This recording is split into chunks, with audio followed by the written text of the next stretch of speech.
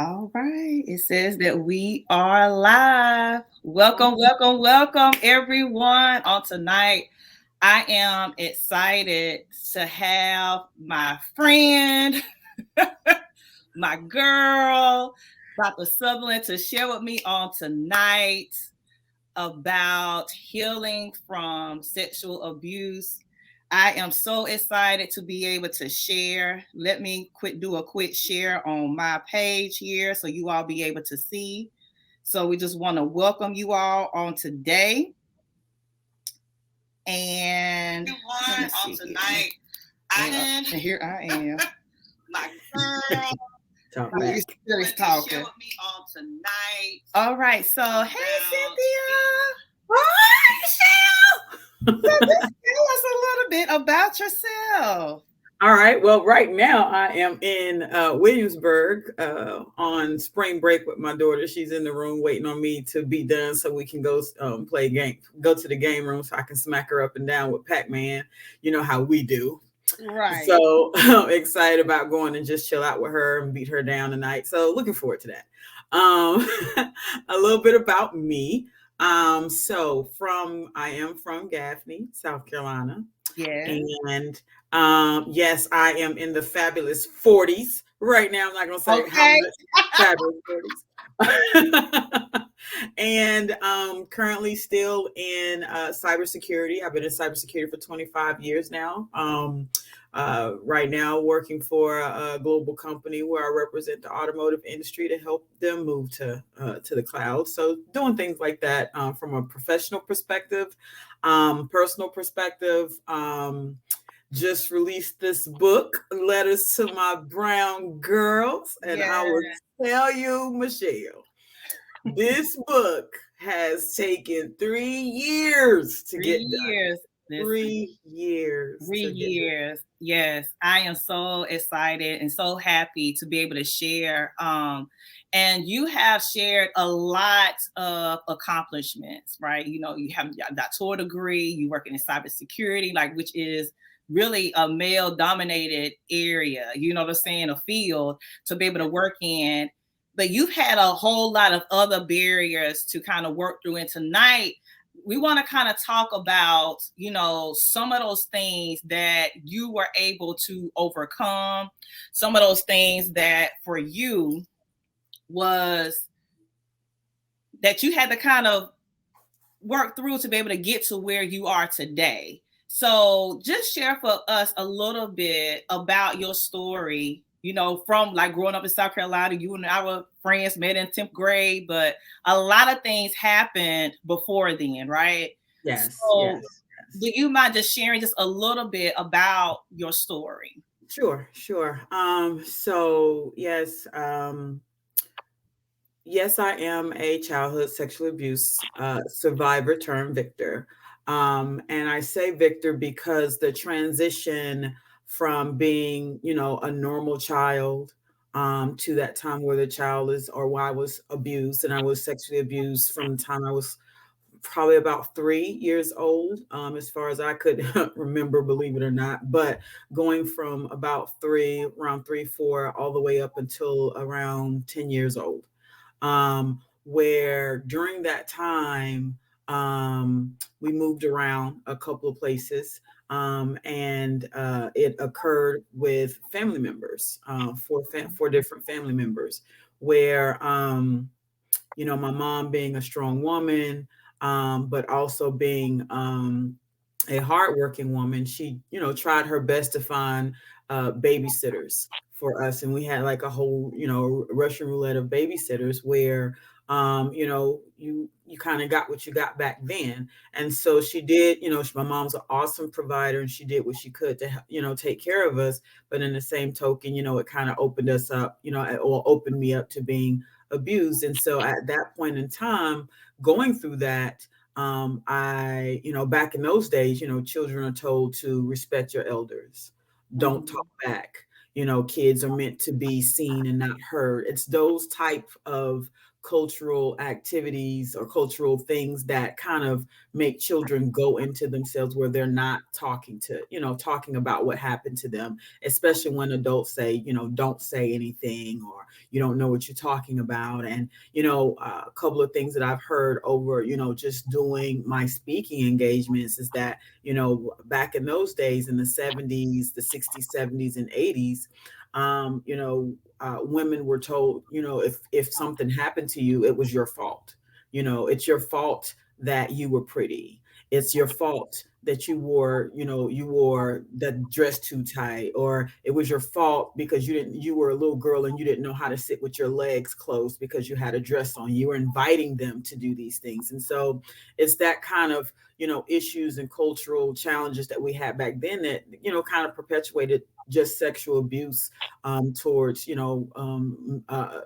women and children. So going through that, um, uh, it was at a point where, you know, I didn't trust people or friends. I felt embarrassed. I felt ashamed. So I never said anything.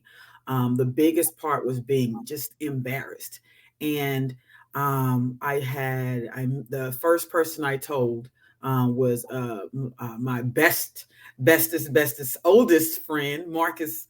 And he, at the time, we were in the eighth grade, and he was like, I laid a lot on him as an eighth grader, Mhm.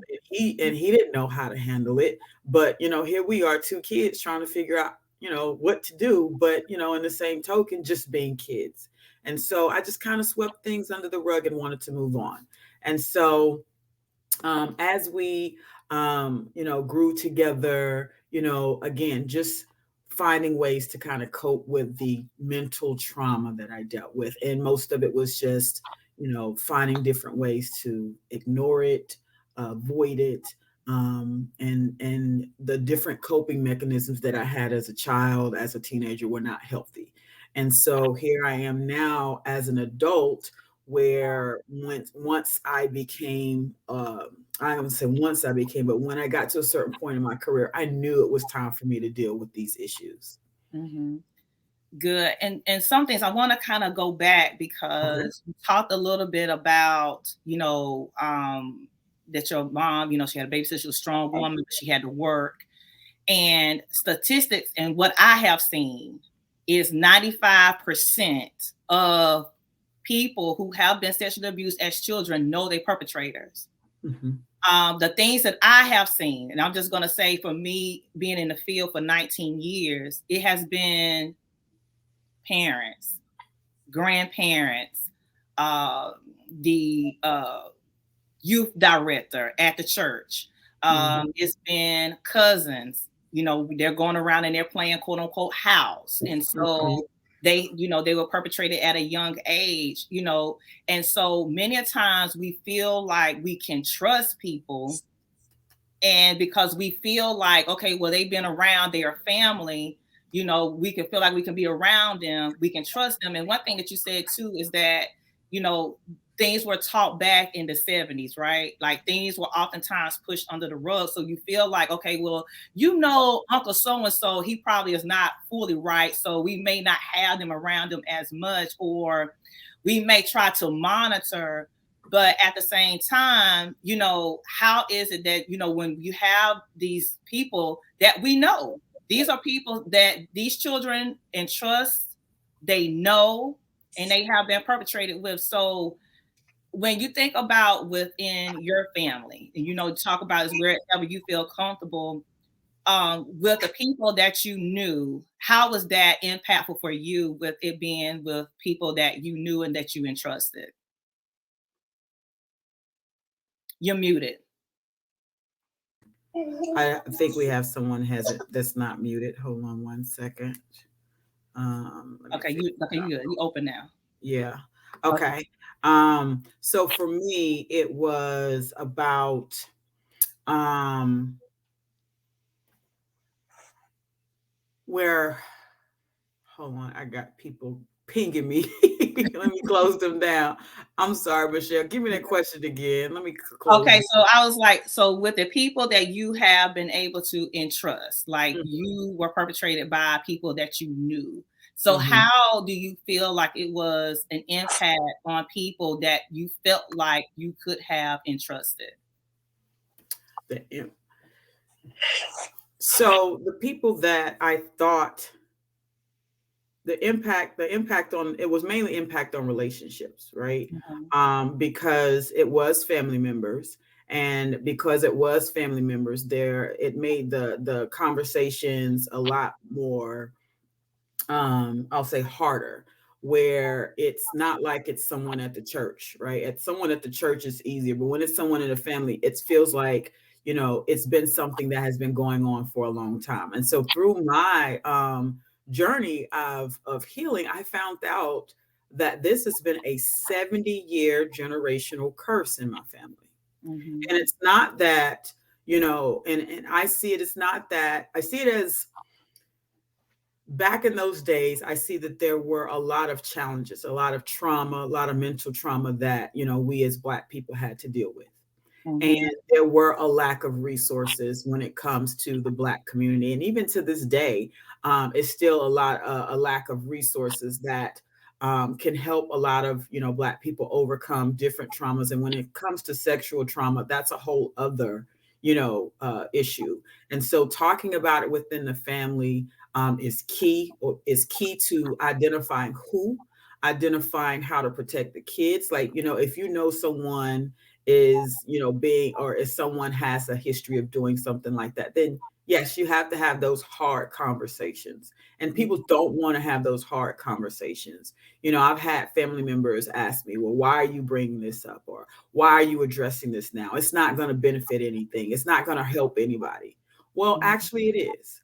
mhm, It opening up and having someone to talk about this to, you in your field, Michelle, you probably see it all the time where people just want to talk and talk things out and help clear their thoughts and just release these emotions that they've had for built up for years. mhm. And that's the only way that you can truly heal, is having those conversations and dealing and address or experiencing those emotions so you can address them. And so when it comes to family relationships, that's the best way to heal, is to have those conversations and talk about the topic so people can release those trapped memories, those emotions, so they can move on. And one thing that you said that, and people that I have talked with, friends, um, I'm sorry. Can you guys mute your phones? I can't. Let me see here. friends, Mhm, family, saying when you talk about having those difficult conversations, mhm, are sometimes very difficult because, like you said, is when it's in that family. And I remember, a person that I was working with before, it was a little cousin, right? And so you're thinking of how to even tell, how to even say, okay, this is happening to me, being introduced on that level. And many times children feel, and people have felt, well, my body responded, so this is what I may have wanted. Or you say, I invited it in because of what I wore, or because of what I said, or because of a way that I moved, or a way I did a certain thing. And many a times, the thing that's really hard to navigate with some people, especially when it's happened with them as children, is to say you were a victim at a time. You were introduced to certain things, activities, that you were not supposed to be introduced to at that time, and you were violated. I don't care if you wore a skirt that showed your behind, when you bent over. It does not give anyone the right to take advantage of you. I don't care if you were wild. I don't care how you were dancing. I don't care how you were doing. It does not invite for someone to violate you. And so when you talk about some of those things, just want to kind of bring those things out, and things for parents. When you talk about navigating these conversations, how would you say, what you would have wanted an adult or someone to say to you as a child when you look back to be able to open up that door? Sure. So, hold on one. So, first part is one, helping children understand, what, their bodies. And the biggest thing that I say would help is helping them understand what private parts are. Because I've heard scenarios where little girls were being, abused by their father, and they would try to tell someone, but because their father told them that their private parts or their vagina were cookies, she would say, "Oh, well, daddy comes and gets cookies every night." Well, if that child is using the word, when that child is using the word cookies, it can confuse an adult, right? And so teaching children not those cute little terms, but the actual medical terms for private parts will go a long way, because now there's clear communication. We I know in cyber, one of the things that is very adamant that I try to hit on every time is that terminology is key. And so I could be saying a route, and they're thinking about, they could be thinking about a football route when I'm thinking about a network route or whatever. It's just that you have to have the same terminology so everyone can have the same understanding. So teaching kids the correct medical terms for private parts, like their vagina, their buttocks, their breast, their chest, penis, things like that. Keep teaching them key terms. And it's not that you're endorsing, your children or your teenagers to have sex. You're teaching them about their body so that they can tell you or protect themselves and tell you if someone is hurting them. So the first thing I would say is talk about private parts. And one of the books I found after writing my book was, there are books out there called private parts, right? And one book is called I Said No, where a young lady who her son was abused, and they talked about private parts. And so I think that, doing those things, having those conversations, showing them, that their body is normal and that it should be protected is key. And so even in my book, I wrote a letter to, younger girls. I wrote a letter for the reader to read to young children under the age of 10 to help them understand what private parts are. And then some kids, when they've been traumatized, they don't want to talk. They go into themselves. And so I put an image in the book so that if the child can't talk, they can at least point or circle on the image to let someone know that someone's, touching their private parts. And so that's the first part of helping children. And then the second part you talked about, being victimized. I found, in my research when I was getting my doctorate, I found that, they identified, four key elements to a crime. And you can apply it to any kind of crime, where you identify the fact that there's a vulnerable target, the lack of a capable guardian, a motivated offender, and then availability, which is time and space. And when people say, "Oh, I'm sorry to hear about, you being sexually abused. It wasn't your fault. It wasn't your fault." Okay, I know that's the right thing to say, but why was it not my fault? Explain to me, why was it not my fault? Well, it was not your fault, or it's not the child's fault, because the child is a vulnerable target. Unless they're vulnerable in size, mentality level. So there's different things that makes a person a child of vulnerable target. So just talking to them that, okay, you are a vulnerable target.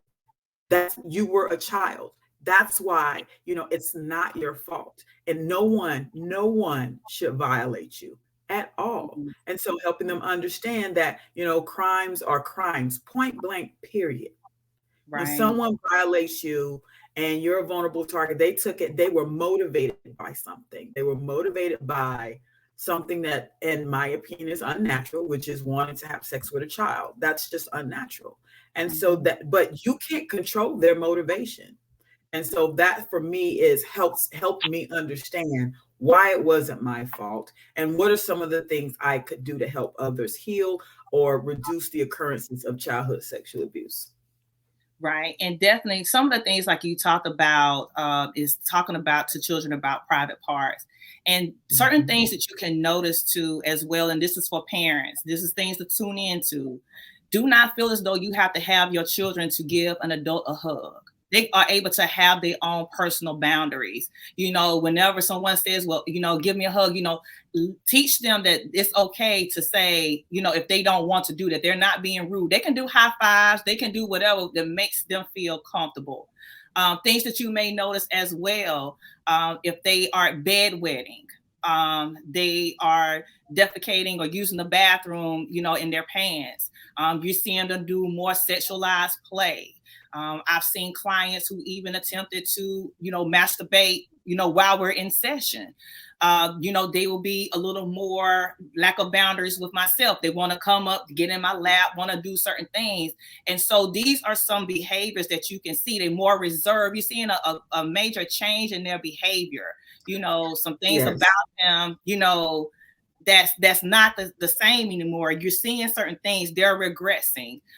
They have been at a place where they have grown, but it seems like they're regressing back, wherein they're sucking their thumb now. These are certain things that you can kind of see. Or when they're going to someone's house and they're saying, I don't want to go there, or you see them around a certain person, they may be shining or getting more clingy to you. Nightmares. Like, these are things that you can look for whenever you are a parent. You may not able to be at that place to navigate these conversations, but having someone that you can trust to say, okay, can you kind of talk to them to kind of see, I've noticed that my son and my daughter may not be acting right, so I've seen a change in their behavior, and saying, okay, like you said, knowing what private parts are, having those conversations and saying, this is what is precious to you, and letting me know, if anything happens as well. Hmm. I know for me, one situation is when my mom was washing me and it hurt real bad. And that's when, she was washing me and then it hurt. And that's when I told her, like, no, don't do that. And then she asked why. And then I told her why. And then I had a situation where, you know, um, I never wanted to be around my uncle, and no one ever really was like, well, why you don't like him? Why you don't like him? I don't like him. And don't force me to, give him a hug. And I got to a point where I didn't want to hug any old men. Like, no, well, actually only one old man. That was it. My grandfather, my granddaddy Charles. That was it. Other than that, I would not hug anybody else. And so, looking at your children's behavior, like really just seeing them as humans, as individuals, as something that's not right, and then having sitting down and having that conversation. So yeah, I think that those a lot of that what you said, Michelle, is spot on. Right, definitely. And so, and what people fail to realize is, this followed you, right? Because you feel as though, it wasn't talked about. Hmm. You didn't get, tell the adults, you told a friend in the 8th grade, right, of what happened and what occurred. So how did you feel like this impacted you in your day-to-day relationships, career wise, up until now that you're grown up, you're an adult?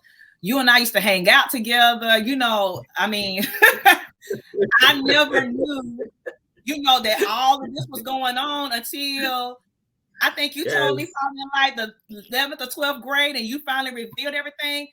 I didn't know all of this was going on. Didn't know that my friend, this girl that I'm with day to day, had gone through this traumatic experience. So, Mhm. how do you feel like it impacted you up until the as an adult? So I had one was the unhealthy habits. I created survival tactics, and that's what animals or people do when they're in toxic environments, right? They create survival tactics. Like you said, some people felt that they went through was normal, is it acceptable? Well, it was normal and acceptable because that's what you knew. But then, like they say, once you know better, you do better, right? And so once you get yourself out of those environments, you then want to create a healthier environment for yourself. And for me to, when I left South Carolina to move to DC, it was me leaving a lot of that behind, where I tried a couple of times to heal. However, people see you as the person that they knew you to be growing up.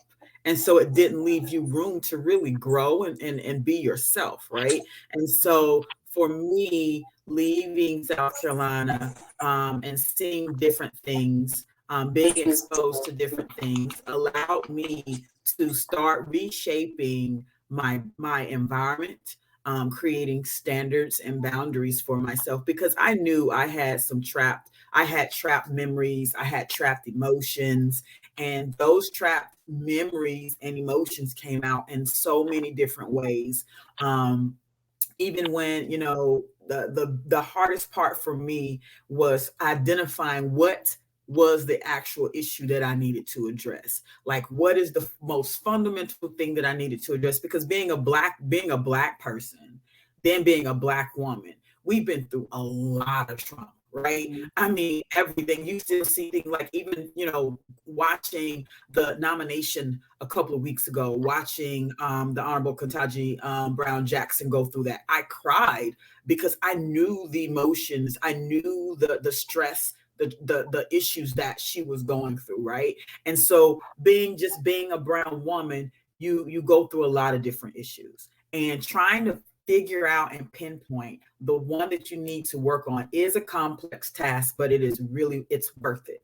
And so for me, I said, well, I'm going to start with the one that I know started first. And so the one that I knew started first was the sexual abuse. And so Mhm. I started with one, just acknowledging my truth, and dealing with the fact that I had a lot of trapped memories and emotions that really needed to be addressed.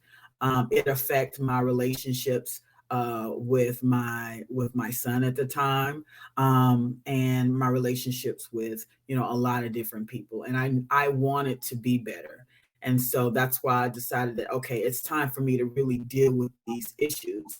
From a professional perspective, it was more of a complex problem to pull out, because I'm a Black woman working in a male dominated field, where I'm dealing with microaggressions from them, the ageism, the racism, the sexism. It was just, and me being the only woman on the team for most of my career, it really took a lot to really just kind of learn me, and Mhm. really get and pinpoint the actual issues that I needed to work on. And so, pulling apart, acknowledging my truth, going through and addressing my trapped memories, and releasing those emotions by going through different grounding techniques, calming environments, learning what moves me, what makes me just really want to express myself. And I will say, music is just like it's a healing solution, right? And so that's why in the book I created like YouTube playlists for every phase of the healing chapter, because um it really helped me heal. And so I would say, pulling apart those issues, acknowledging trapped memories and emotions, going through my forgiveness journey, and forgiving myself, because I mean, I used to hang out, like party hard, Right. but I Listen, I was never, there with you. I was there.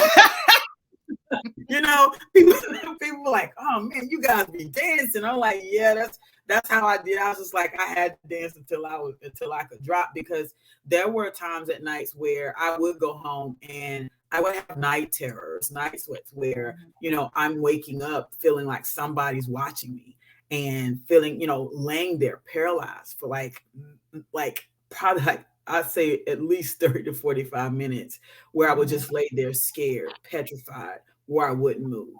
And that was one of the worst feelings in the world. And I knew I needed to really heal past it, especially if I wanted to have healthy relationships with a man, and then have a healthier, just a healthier version of me. So I knew I needed to get through those issues. And one of the things, two things that you said that stuck out to me, and even when I had initially, I was like, I'm gonna do coaching because coaching is not necessarily counseling, so I'm going to, go into that arena. And what I noticed is that people would hit roadblocks while working towards their goals, right? Mhm. And one in particular hit a roadblock. And the main thing is was that the due to the sexual abuse, it affected other areas of her life, right? Mhm. And so she was trying to reach this goal. She was trying to get there. She was trying, but it kept hitting a block because all of these other things that has been ingrained within, like you said, having those thoughts, the lack of forgiveness for self. Because one thing that I can say for us, and I'm talking about the Christian faith, we're taught that we're supposed to forgive others, right? We forgive, we forgive, we forgive. Oh, I forgive you, and I've forgiven my abuser. I'm trying to move on, and I have healed from it. But however, if I have done some of these things, because some people became more promiscuous, they was, sleeping with more people, or they cope with love in different ways, or they turned to drugs, they turned to other things. So they had to kind of work through first and foremost, because I've forgiven everybody else, but that lack of self-forgiveness. So how was that process for you, Cynthia, to kind of Dr. Sutherland, I'm sorry, I'm trying to be I'll try not to use the nickname on the live. But how was that for you to kind of work through your own forgiveness? Because that was a major piece for you when you sharing your book about moving forward. Yeah, so forgiveness is for me um forgiving myself for how I treated myself, right? And acknowledging, the biggest part was acknowledging that you were mistreating yourself, Mm-hmm. acknowledging that you did have unhealthy habits. And that takes self reflection. And that means that it takes time for you to really get to know you. Like, get to know, like, watch your, your triggers, your habits, like what makes you do the things you do to yourself. What are these different triggers? Because one of the things I talk about in the book is understanding how habits work, right? In habit, you'll have a trigger, you have your reaction, and then there's some kind of output or some kind of reward that happens after you do what you've done. And taking the time out to journal your behavior is key, because when you start journaling, just journal, just writing, just writing, just writing, and then taking the time to go back and look at what you wrote, pulling it apart and identifying why did I do this? And is it something that you want to continue doing? When you know, if it's something that's unhealthy, you know it's wrong. Is that something you want to continue to do to yourself? And what are you really getting out of it when you do that? Right. And so that's where you talked about earlier. You were talking about people who've done it. There's some trigger that makes them either hate themselves, feel embarrassed, feel ashamed. Something causes that. And they have to take the time out to really to get to know themselves. And the best thing to do for that is journaling, and then taking the time out to review your journals, break down and identify what your triggers are. How did you respond? And then what was the reward that you got? Was it something that made you feel good about yourself? Was that the reward? Was the reaction an unhealthy reaction or a healthy reaction? If it's unhealthy, find something else that gives you pride in yourself. You see women who want to overcome it, and they want to do things like, hey, I'm just going to engulf myself in the church. Well, are you really helping yourself, or are you really helping the church? Are you ignoring your problem? Take the time to get to know you. And for me, that was, journaling, reviewing my habits, identifying my triggers. Because, like, I used to have a trigger of constantly like, I would pay bills late, just because it kept drama in my life, right? Where I'm paying a bill late knowing I got the money and the time, Right. still don't do it. Right. And now I'm stressing, oh, I got to do this. It's like I'm punishing myself. And Mm-hmm.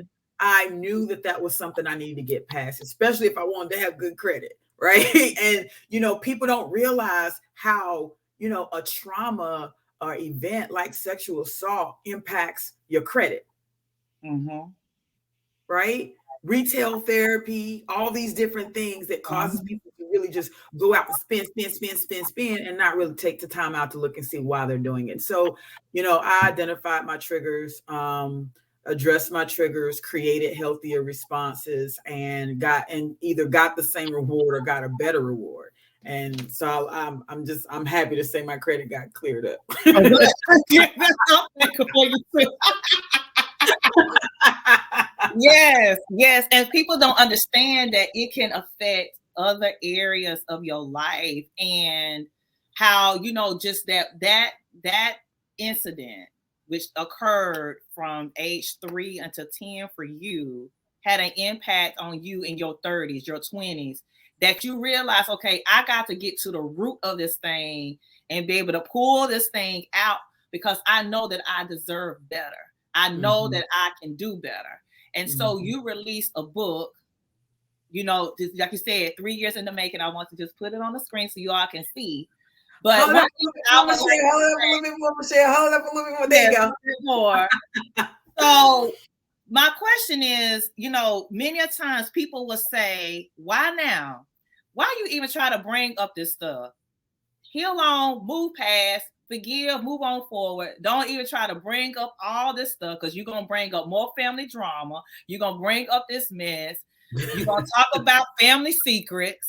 Like you because you've heard this, right? Yes. I Why got now? We talk about the Me Too movement. Everybody want to talk about all now. Everybody want to do. So why now that you felt like, okay, now is the time for me to kind of release my story? Sure.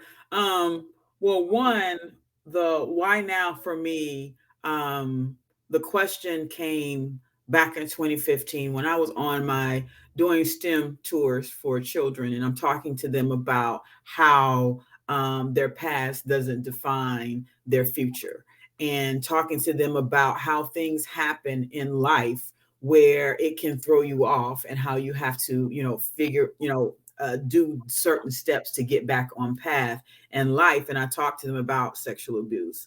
And just so happened, after one of my speaking engagements in Atlanta, one of the teachers came up to me and asked me, how did you do it? Why, how did you overcome this to get to the point where you're, representing the United States on cybersecurity, where you're leading countries and NATO and all this other stuff? How did you do it? And I said, you know what, that's a great question. And I wanted to make sure that I started, documenting and everything, and just, going through and writing all the things that I did. And so it just took time to really document some things. But then what really got me was that, I'm in a women's conference, and after talking, young, she had to probably be in her late 30s, I'll say, came up to the mic and talked about how um, uh, my story gave her courage to leave her husband who was raping her. Mm-hmm. And then we had one young lady come up and talk about how uh, she needed advice on how to tell her husband that she had been sexually abused, because as a child, because she had triggers that had started coming up in her life, and she knew that these triggers, and she knew it was time that she needed to talk to him. And so it was those two stories. And then one story hit home was when one of my employees came to me, and I noticed that he hadn't been performing, he hadn't been, really himself at work. And so I called him into the office, and I asked him what was going on, and just being an empathetic ear, being a leader, and talking to him. And he came out and told me that the man he had admired for his whole life, which was his father, had been raping his sister. And so he didn't know how to talk to her. He didn't know how to deal with it. And so I told him about my story. And I told him, I said, here's what you need to do. I said, that your house is supposed to be a safe space. But when you're being sexually abused in your home now becomes a prison. And Mm-hmm. the first thing I told him he needed to do was bring her out of that house and move her in with him and help her heal. And I knew that his mom, he had a very religious mom. And I told him to tell his mom that she can't force religion and God on her at this time. Give her time to physically heal and get treatment, talk to someone about what happened. And I even offered, I said, look, if you want to bring her here and let me talk to her, I will talk to her. Because if you don't, she's going to start acting out. She's going to start sleeping around. She's going to start doing drugs or, any one of things. He said, well, she's already started. And I was like, okay, you need to move her as soon as possible. And so going through those experiences really made me think about how or what could I do to really just drive home these issues and help other people heal. And so that's when I decided to do the book. And over, when I decided to actually sit down and write it, it took me 3 years to really write it because the first time I wrote it, it was more or less about, just bam, bam, here are all the processes, procedures, here's the tools, blah, blah, blah, blah. But I also wanted to make sure that I was being my authentic self. So I went back and rewrote it again to make sure that they felt me in the book. And that's how I ended up with the book. And it taking 3 years and some change to write. Yes, and I'm telling you, it brought me to tears because number one, I know you personally.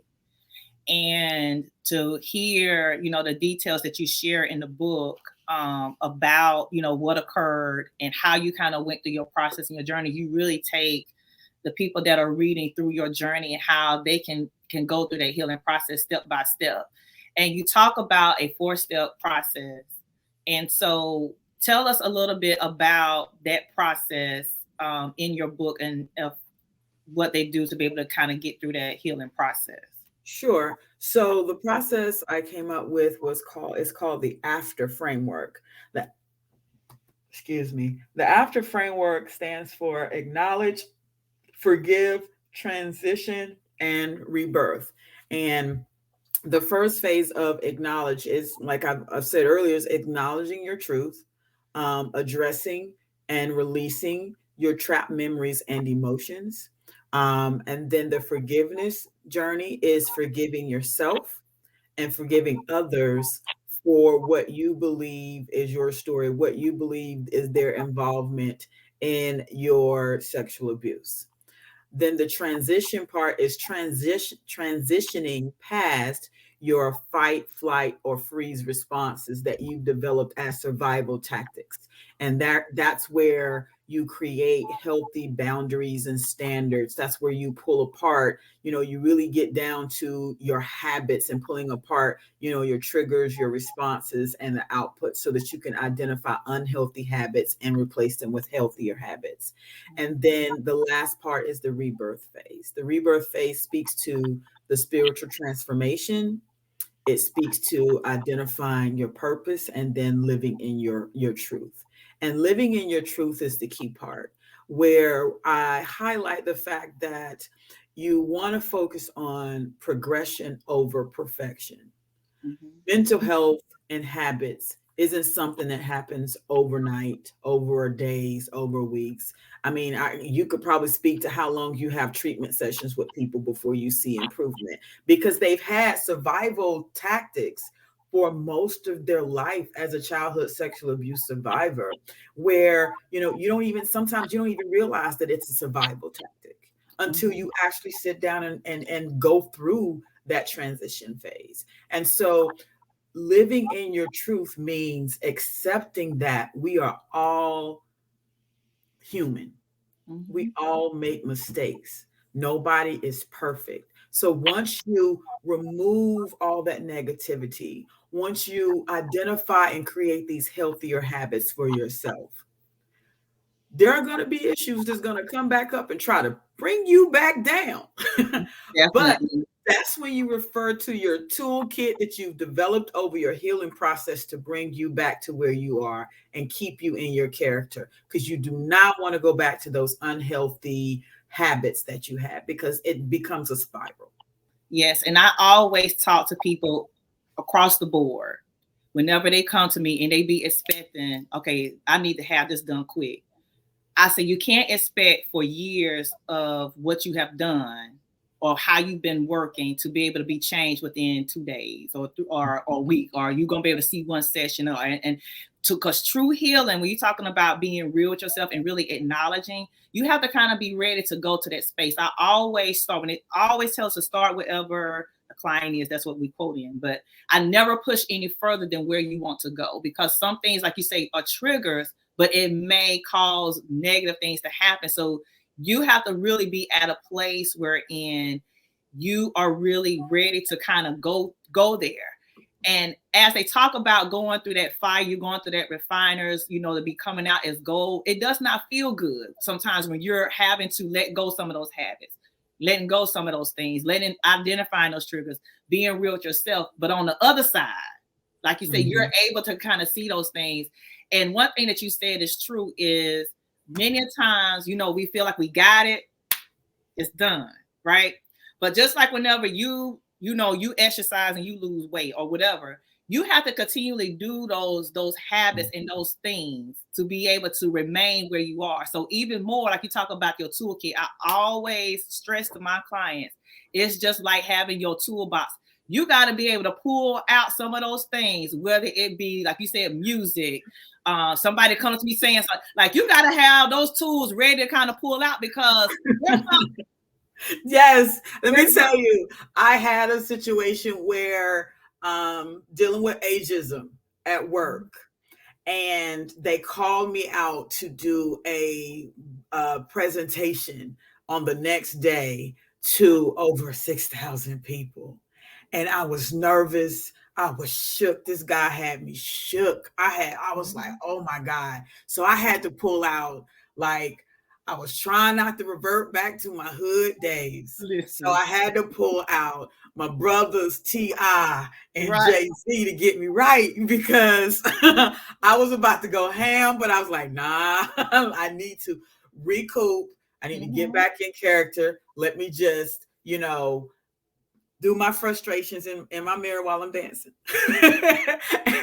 and be able to get back into character, because they almost got me. They almost got me. And even though it was not sexually assault related, it was stress, right? And so when you start creating those small little bitty habits, that, just little bitty things, like even just eating healthier, or creating a morning ritual where the first thing you do in the morning is drink a bottle of water and hydrate, right? And it cleanses your body, and then you feel better throughout the day. Setting that, like, for me, morning rituals and bedtime routines is the best thing you can give to yourself, the best gift you can give to yourself, because that's time and space dedicated to just you. That's before everybody else get up. That's after everybody else went to bed, and you literally giving yourself time and space to reset or get clarity on what you need to do the next day or for that day. So I would say some of the best tools is a morning ritual and a bedtime routine. Best thing ever. The thing about it is, people be asking me, like, when they come into, they be thinking like I'm gonna do something so deep. Like they be like, listen, I know Dr. Michelle, she got those glasses on. And the first thing I start with, how do you do your day? What's your routine? And I give increments. Okay, so how do you do X, Y, Z? So we do small things to be able to start shifting your mindset. Because once you start being able to kind of recognize those things, I always talk about the story of the three little pigs. Because you can do the straw thing, you can do it quick, you can do that thing quick. But when you do a solid foundation, you build it brick by brick. Whenever those triggers come, whenever those situations come, whenever people may come and ask you why now, why this, that, and the third, you still gonna have that scar. And people tell me all the time, I just want it all to go away. We can't take it away, sweetie. But what we can do is do a restart. We can hit the restart button and be able to handle things better. I have a mark on my arm that I burnt myself. I didn't do it on purpose now, but I was a little clumsy. And it's a burn on my arm I did 3 years ago. Now it's gone, right? It's cleared up, but it still has the mark there. So the Mhm. things that you have gone through, the things you have experienced, is going to be there. But I don't have to continually, because when I'm doing these habits or I'm doing these things, I'm going at the scab, I'm doing these things, I'm scabbing, I'm scratching at it, I'm picking at it, and it's going to continually make the wound worse as opposed to better. Mhm. So, like you talked about some of those things and some of those things to be able to kind of work through. You talked about morning routine. You talked about some of those things. What are some other things when you talked about in that framework of, you talked about journaling, music? What were some other things that were helpful for you, in the process, or that you can get some advice for someone? Sure. I will go with free things first. Mm-hmm. So there are simple things like for me, making your home your sanctuary, making your backyard your sanctuary. That is your place. That is supposed to be your safe space. And for me, I love to just walk out. I have a blanket that I just go walk outside in the backyard and just put my blanket down and sit outside in the yard in the sun. It's been cold lately, but we're gonna get back to that another month.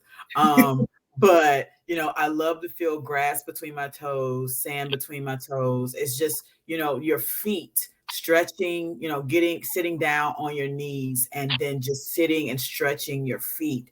It is for me, it's so relaxing. It helps relieve a lot of stress. So I would say, focus on your feet. I mean, I don't know how, I'm pretty sure a lot of you guys on here have had your feet massaged by a great doing a great pedicure. Woo, yes. So looking at the feet, and so but also there are a lot of great online tools. Calm, calm.com. That's a free app that you can download and provides a lot of great meditation music. Oh yes, and then the other tool, rain rape the rain stands for Rape Abuse Incest National Network, RAINN.org. They have an app where you can download for free and see what one, they have the National Sexual Assault hotline for people to call in case they are being sexually assaulted. So there's that hotline right front smack dab on the home page of the app. And then it has other resources like meditation music, different tools that you can use there. And again, you can download it on any phone. What else? For me, support system, having a positive support system, a strong support system. My friends growing up, they didn't know how much they meant to me. They thought, oh, we're just friends, blah, blah, blah. I'm like, nah, y'all lifesavers. Y'all don't even know it. Mm-hmm. And they wonder why, like, wow, like for me, people look at me and it's like, you still friends with people in high school? I was like, man, you have no idea. You have no idea. I Yeah. mean, I like even now I'm with a friend from high school with her family because her family became my family in high school. We're in Williamsburg where our children are growing up and playing together. I mean, it's that support system that helps you cope with it. And I mean, a real support system, not some yes people, one way type relationships. I mean, people where you feed and they feed you. You guys foster off that, like this relationship that you and I have. Like, who would have ever thunk it back in 1990 something Right. that, Right. that we would be where we are. And one of the things that I say was the best thing I did in my ninth grade, my 10th grade year, was move away from the friends that I had to the friends that I have that I'm still friends with now. Mm-hmm. That transition and French, the type of people I hung out with was the best thing I could have ever done. Mm-hmm. And making sure that I had friends that thought like me and made me a better person. And one thing that you said, is having those people, I call them valley walkers. And that the people that's going to hold you accountable. Because even though you're going through this healing process, they may be people that you may not be able to want to open up about or talk to. But when Mhm. you're talking about that support network, to be able to be there, to be that listening ear to people, you may not know what to say to someone who has been sexually assaulted. You may not have the words to say, but simple things such as showing up, sending that text, going by to pick up for lunch, doing some of those things that that they like to do, and just let them know that I am here for you. I am this ear. I may not be at a place wherein I'm ready to go to counseling yet, or to go in and do all of this right now. But whatever it is you can do to have that strong support network. And I'm talking about people that's going to hold you accountable, that's going to call you out on your stuff. Like what you said, Cynthia, not to be like the yes person to say, oh, girl, you'll be all right. Just go ahead and have this tonight. Oh, girl, you did, to really hold you accountable. Now, I love you, but this is how you can be able to do better. You don't want people to be able to drain you. You want people to be able to help push you. And many times we get comfortable where we are, and this is aside, and this is across the board, not even dealing with sexual abuse.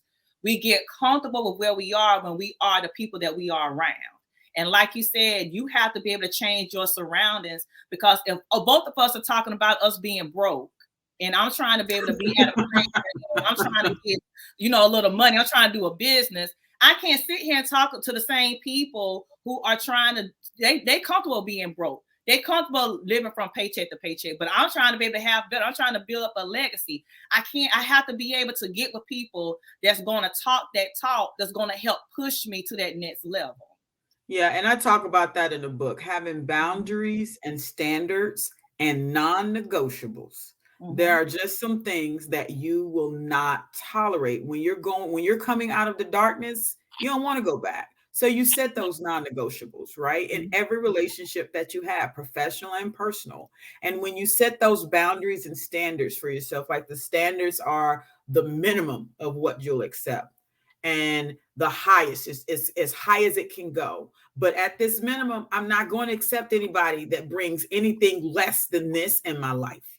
And then those boundaries, your left and right parameters, where that is very fluid, because you have the growth of relationships, you have different phases that you go through in your life, and so things will change. But those standards, that bare minimum, like for me, yes, I grew up where I was sexually abused as a child, by family members. I had, family members that were alcoholics and drug addicts. If I have all that in my life, why would I add friends in my life that are already that at that level or below? Like, I wouldn't do that to myself. I want people that are above the minimum bar, because you can't change your family. Point blank, period. As much as you might want to try, you can't get rid of them. And so all you can do is accept the people that come into your life to have a higher standard than that.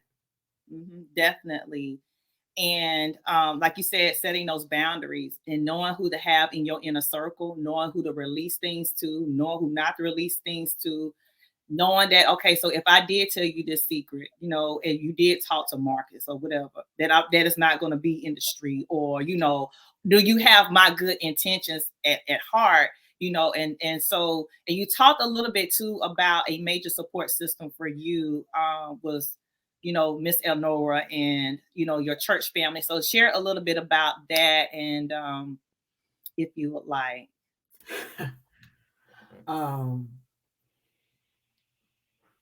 That whole that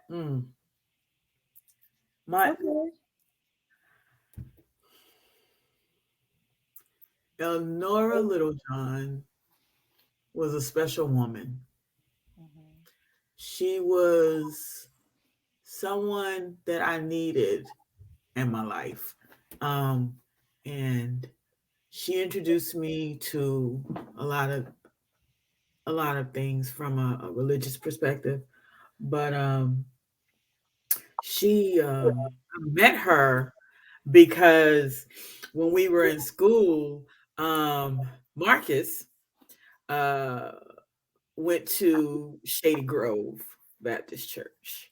And we're sitting in class, and in walks the pastor's son. And they're talking about, oh, how awesome church was and how they're doing all these great things. And so I decided that, I wanted to go. My mom didn't raise me in the church. But so for me, it was something that I wanted to experience from that perspective. And so everybody thought it was, everybody kept talking about it's this awesome thing at school. So I was like, okay, let me try this. And I fell in love with the church. Um, and when we moved to the east side, I didn't, I wasn't close enough for the pastor and his wife to come get me. So my Elnora would pick me up for church. And finding out that she only lived like probably like a half a mile up the road from me, it made her easy access. And so, but then as the traumas, the the trauma, the night terrors, the emotions, the fears, the insecurities. She was a mother that I needed. And as much as I loved her son, me and him were not as tight as we are now. But he would see me come, but he was like, whatever. He's watching football. He's a football dude. And so he didn't pay it any mind. He never really knew why, we were so close and so tight, but it was because she was that support system that I needed. Mhm. And understanding and learning the power of God was huge for me. Not then, but now. Where back then it was, I'm trying to figure this thing out. I didn't know about, spiritual connection and things like that, but I knew I had emotions that wanted to come out. And it was always the, certain songs like Order My Step and No Weapon, and those songs like really just brought things out of me, but I kept trying to hold them in because I didn't want to release all that out. But now that I have the spiritual connection, I've gone through my spiritual transformation. During that transformation, it just, it taught me how to not hold in my emotions and how to let it out. When those emotions hit you and that feeling hits you, you have to release it, because that release is the healing. That Mhm. release is the healing. And so going through that was huge. And so having a support system like my Elnora and her sisters, and it was something that I needed at the time. And so going through this, being a child sexual abuse survivor, really, as an adult woman, you really, or man, you really need that support system. And then some people ask, well, how was my husband? What was his role in this journey? And I tell men, who, I have, male friends saying, they call me and say, hey, my wife want to talk to you. My wife has something, she wants to say, and blah, blah, blah. And I see the strength of these men. And it takes a strong man, a compassionate, caring man to really love and be there and part of a support system of a woman who's been sexually abused. Mhm. And being that support system for her, even if it's like you said earlier, just taking her to dinner, or just, being there, just hugging her as she's crying and growing through her emotions. Those are all great things that you as a male ally could do for brown girls who are trying to recover. Yes, awesome. And I don't want to leave the men out too, because they go through that process as well. But you had so many people that were instrumental through your life. And many times, like I said, people don't know what to say. And I just want to say to someone, you never know what angel you can be to someone today. She was just doing life. She was just doing her thing. From the teachers you talk about in the book that had an impact, they don't realize the impact that you have on people. You may not be on the stage to get a reward or to get, recognition, a Nobel Peace Prize, but you were that type of support. So, thankful for that, and so what we want to do now is kind of wind things up, and talk a little bit about where you can get your book. And then we want to also, just if there is someone today, that is struggling, have been through the process. They are a woman out here. They out here doing, they're doing the thing. They're doing certain things. They out here, but they still have this thing that is at them, and they want to be able to get there, but they don't know how to get there. What would you say to someone on today? Well, first off, so the book is on sale right now at my website. Michelle, you have the link, Mhm. www.drcys.com. That you can get the book now, and it'll be mailed out in like a day. Um, Second is the book will be on Amazon and Barnes and Noble. Is right now on Amazon and Barnes and Noble for pre-order. So once I see those will get filled as well. And then Amazon Prime offering it free shipping. so so yes, it's on those platforms. So the first step of taking the journey to healing is to one, identify, and acknowledge what is your truth. That's the first part. Acknowledging your truth means acknowledging what happened to you, acknowledging your pain, acknowledging that what happened to you did happen to you and it was not your fault, period. Mhm. When you're a vulnerable target, as you were, there was someone who committed a crime against you. And the behaviors after that, the habits, the activities after that are results of what happened to you. And those actions can lead to real bad, continued survival, continued unhealthy habits, things like, obesity, unwanted pregnancies, just living in stress when that can lead to diabetes and other things. And so when you have these different health issues, that's part of what happened to you as a child because you've created these survival tactics and they may seem normal to you.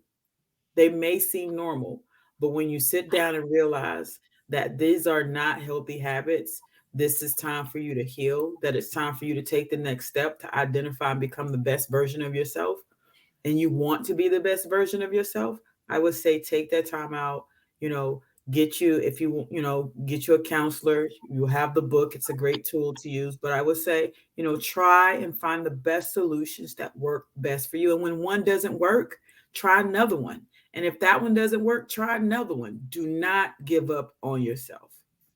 So Awesome. that's my Yes. Do not give up. And I want to encourage someone on tonight to turn the page. Your story is not over. What happened to you does not define you. Turn the page and you can start a new chapter on today. All right. Thank you so much, thank Dr. you. Sutherland. And thank you all for tuning in. If y'all have any questions, feel free to message me, myself, or Dr. Sutherland. We look forward to connecting with you all soon. Purchase the book. I have the website up. This is it here.